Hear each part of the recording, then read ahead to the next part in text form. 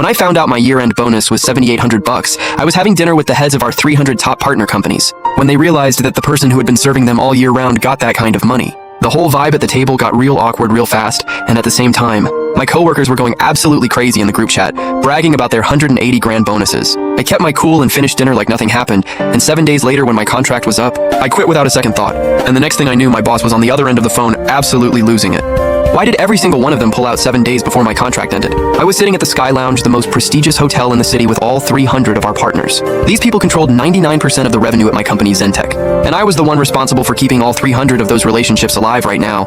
I was working the room glass in hand, chatting up every exec like it was nothing, because from day one I had been dealing with most of these people. So the trust between us had long gone way beyond just a regular business relationship. And right then, David Chen, the marketing director of one of the biggest corporations in the country, put his hand on my shoulder and said sincerely, "Hey Ryan, I want you to handle all of our company events next year. Do not make me go find someone else." Mr. Chen, just leave it to me, your business is my business. I played along and gave him exactly the answer he was looking for. But right at that moment, my phone started going crazy in my pocket. Excuse me for a sec, so I slipped away under the pretense of hitting the bathroom and ducked into the stairwell. Then I pulled out my phone in the dim hallway and saw that the messages blowing it up were coming from the company group chat, which was getting completely flooded with celebratory red envelopes. "Thank you, Mr. Huang, thank you to the whole company, my 180 grand bonus just hit. Let's crush it again next year." It was from my coworker Lisa Liu, whose only job was to put her name on the reports I wrote. "Oh my god, Lisa, you are killing it, I got 182. Same here, the company really came through this year. Mr. Huang is the real deal, told you trusting the boss always pays off."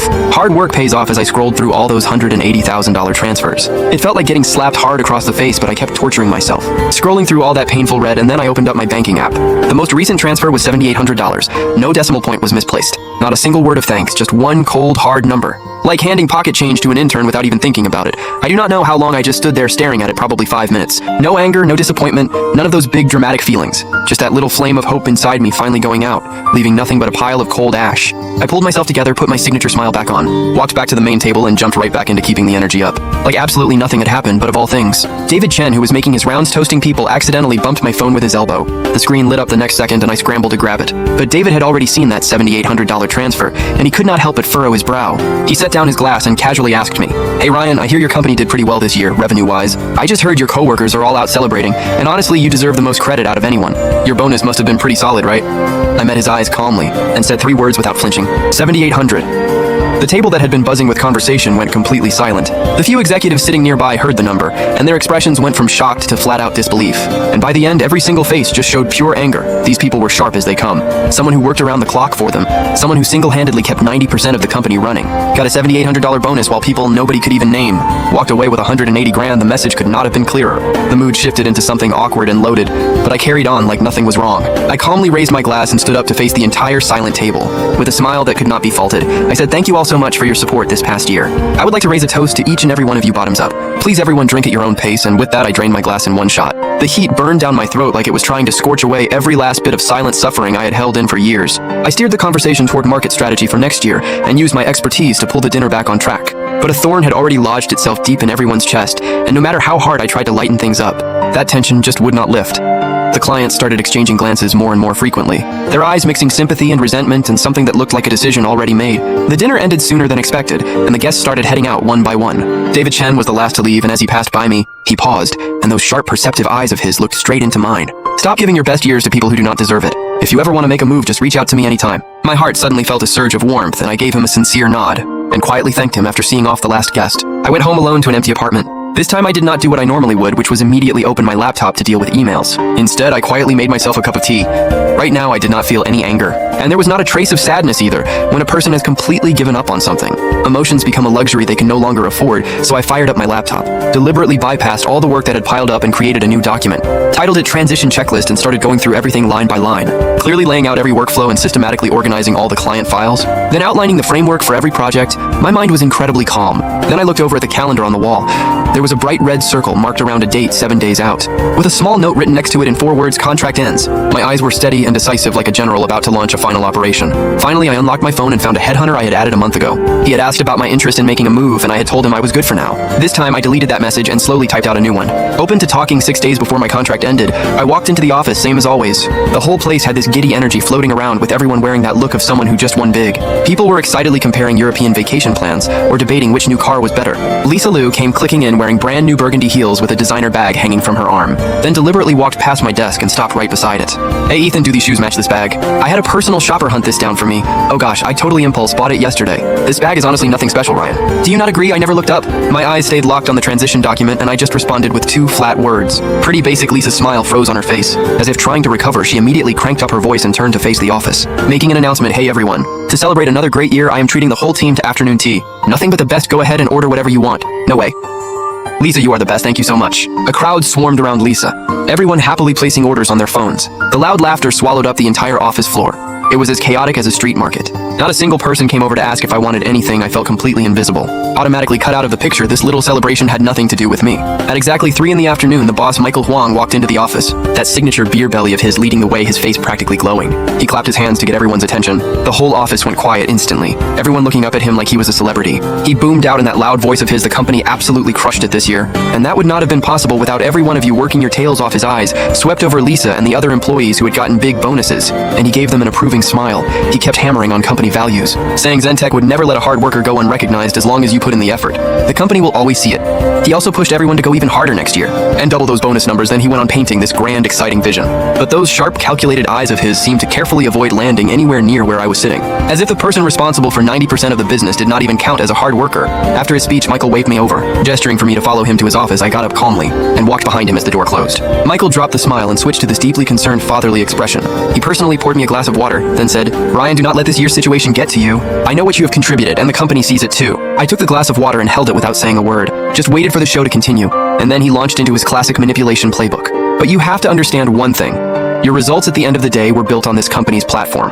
Without the Zentech name behind you, do you really think those big clients would even know you exist? Sure, Lisa and the others may not perform as well as you, but internal coordination and process management, they put in real work too. Yeah, your bonus was on the low side, but that was the result of an overall evaluation. You are still young. You need to think long term if you keep up your performance next year. I promise you get the biggest bonus in the house. I gave a small nod and put on a grateful expression, acting like I was on board as I replied, I understand, Mr. Huang, I will keep pushing hard. I would not let your faith in me go to waste. He gave my shoulder a firm pat. Now that is what I want to hear. Keep up the good work, the company will take care of you. Michael was clearly satisfied. He thought his most reliable workhorse had been completely tamed. The moment I stepped out of his office, I caught Lisa and a few coworkers snickering in the break room. Some people were just born to grind. Does the most work makes the least money? The boss throws out any little promise and he just eats it right up.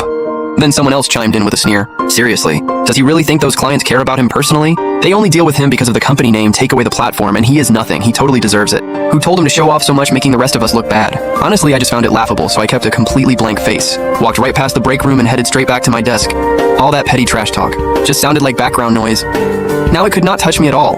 I opened an encrypted hidden folder on my computer. Inside was one very important document, titled Core Client Relationship Deep Maintenance Manual. The document was over 50 pages long. It contained far more than just contact info and contracts. It mapped out the complex internal networks within each company, detailed the personal preferences of every key decision maker, and laid out their psychological bottom lines in negotiations. Where their kids went to school, all those unspoken behind-the-scenes details were in there. For example, Mr. Wang's obsession with pure tea. He would only drink leaves from a specific mountain region in Yunnan. To track down a rare vintage batch, I called in every personal favor I had, and when I finally placed that tea cake on his desk, he gave my shoulder a firm squeeze, and did not say a single word. And then I once happened to come across the name of the hospital in the US where Mr. Leo's daughter was being treated.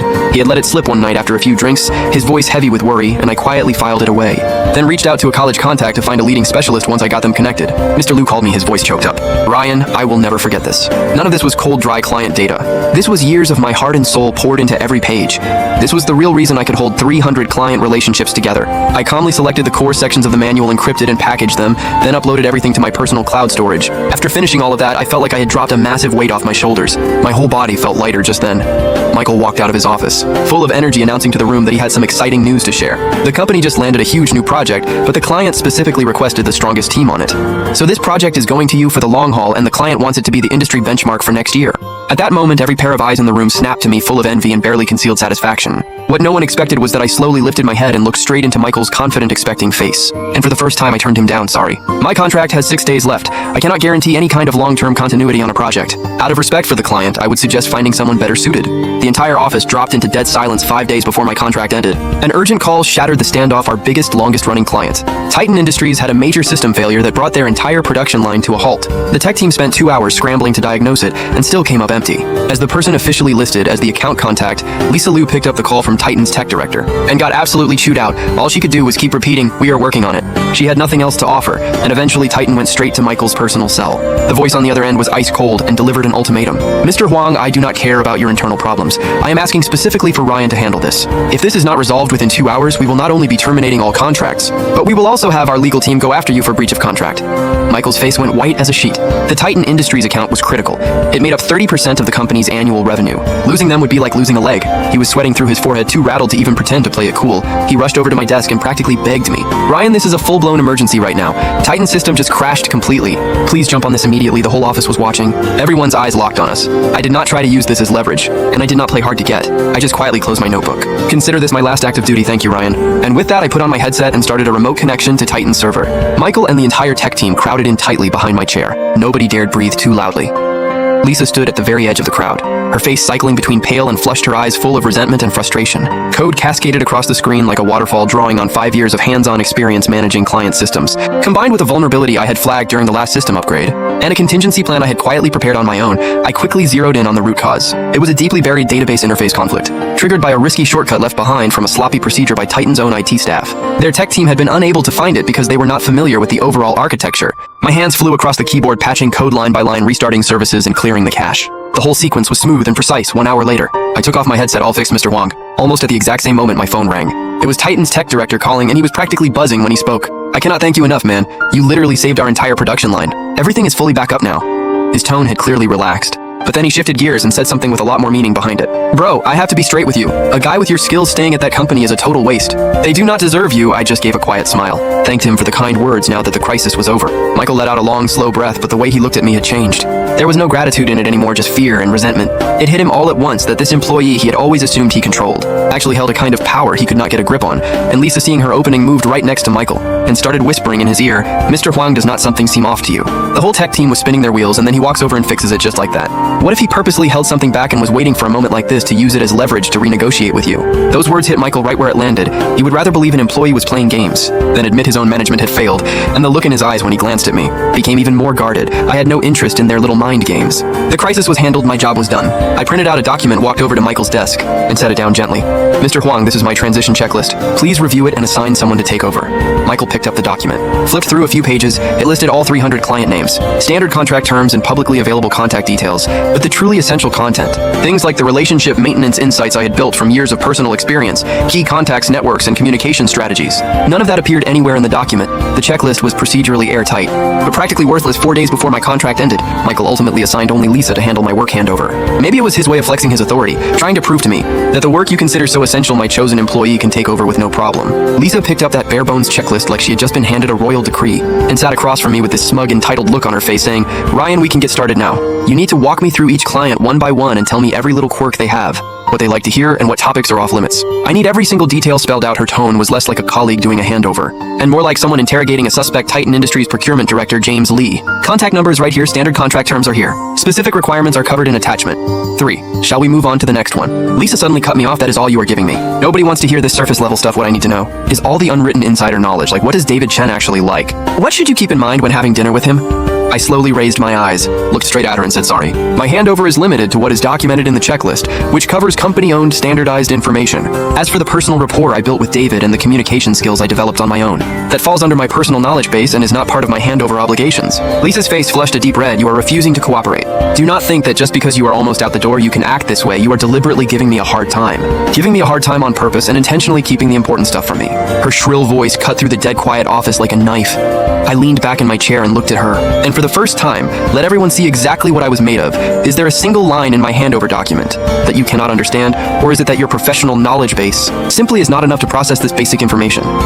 My words landed like a precision strike on Lisa's weak spot. Her face went white instantly and her lips started trembling, but she could not manage to fire back a single word. People around the office murmured. Some were getting a kick out of seeing her finally get put in her place after all her acting up. Others thought I was being arrogant, taking advantage of having one foot out the door to publicly go at the office favorite, seeing things spiral out of control. Michael had no choice but to step in and play peacemaker. All right, we are all on the same team here. Let's talk this out." He cleared his throat first, then turned to look at me. "Ryan, you have been here long enough to be the bigger person. Lisa is just trying to do her job right. Go ahead and share what you know. It is all for the good of the company." I looked at Michael's two-faced expression, And honestly just found it kind of funny, I replied evenly. Experience cannot be directly transferred. It can only come from solving real problems yourself, through repeated conversations and time. So there is simply no way to hand that over. My contract requires a work handover, not setting up a personal training program to coach a replacement for years. If Lisa cannot even figure out how to break the ice with a client on her own, I would suggest the company reconsider whether she is the right fit for this role. My words cut like a blade, slicing through, not just Lisa's dignity, but also knocking down the little stage Michael had built for himself, and Michael's expression went completely dark. The office fell into a silence so thick you could feel it, and in that frozen moment, I felt my phone buzz softly. I picked it up, and saw a WeChat message from David Chen. It was a beautifully formatted digital offer letter, from a company I had never heard of called Visionary Tech. The offer listed my title as senior partner, and the compensation package on that page was a number I could not have even dreamed about. I quietly turned off the screen, looked up and caught Michael's cold, brooding stare, and felt something I had never felt before, a kind of pure, easy relief. I was done with this whole mess, and I meant it. One day before my contract ended, it was also my last day at Zentech. I spent the whole morning packing up my stuff, leaving my desk spotless. All my personal belongings packed into a cardboard box, every personal file on my computer wiped clean. The desk was so empty except for the company laptop and phone. It looked like nobody had ever sat there, like I had never existed in this place. Co-workers drifted over one by one, feeding me the same hollow lines. Hey Ryan, wishing you all the best out there, stay in touch, okay? Keep in touch, but there was not a shred of genuine feeling behind any of it. Just a bunch of people waiting to watch me crash in their eyes. I was just some tech grunt who would be nothing without the company platform, and would get eaten alive out there, and come crawling back missing the good old Zentech days. Lisa was even less subtle about her contempt. She stood next to me with her arms crossed, and without even looking at me said, "Some people get too big for their britches once you no longer have a powerhouse like Zentech backing you up. I would love to see how you talk big in front of clients." Then I could not be bothered to respond. Just smiled quietly and sealed the last file box. That afternoon, Michael called me in for one final talk. He sank back into that oversized boss chair and had the nerve to speak to me in this patronizing tone. "Ryan, even though the way you handled things this time was not exactly great, considering all the years you gave to this company, I am willing to let it go. Our doors are always open to you if things do not work out on the outside. You are always welcome to come back, but just so you know, we would have to revisit the compensation at that point." He probably thought he was doing me a massive favor. I looked at him and gave a polite, tight-lipped smile and said absolutely nothing. My silence he took as agreement and remorse. At 5:30 on the dot, the workday ended. I picked up my cardboard box and pressed my fingerprint on the time clock one last time. Did not say goodbye to a single person, did not even glance back at the office. People were either feeling sorry for me, laughing behind my back, or just pretending not to see me leave. And I walked out of the place where I had given some of the best years of my life with complete calm. The moment I pushed open the front door, the winter cold hit me in the face. But all I felt was a kind of freedom I had never known before. I took a deep breath of the crisp, exhaust-tinged air, and felt the weight that had been sitting on my chest for years finally lift right then. My phone started going absolutely crazy in my pocket. I pulled it out, and saw activity in a WeChat group I had just created last week. The name was simple, just friends, not too many members. Not too few, exactly 300. A new message had just popped up. It was from David Chen. He sent just one short line: "Gentlemen, the time has come." Barely a few seconds of silence, and then the group exploded. One message after another: "Understood. See you tomorrow. Cannot wait for this day." Replies came flooding in one after another like a silent oath being made. All 300 business leaders, top players from all across the country, had come together in this moment as one unbreakable alliance. I stood on a busy sidewalk with people rushing past me on all sides, watching the messages light up my phone screen non-stop. And for the first time I broke into a real genuine smile, because the last message I saw read, "300 termination letters are on their way to Michael's desk right now. Ryan."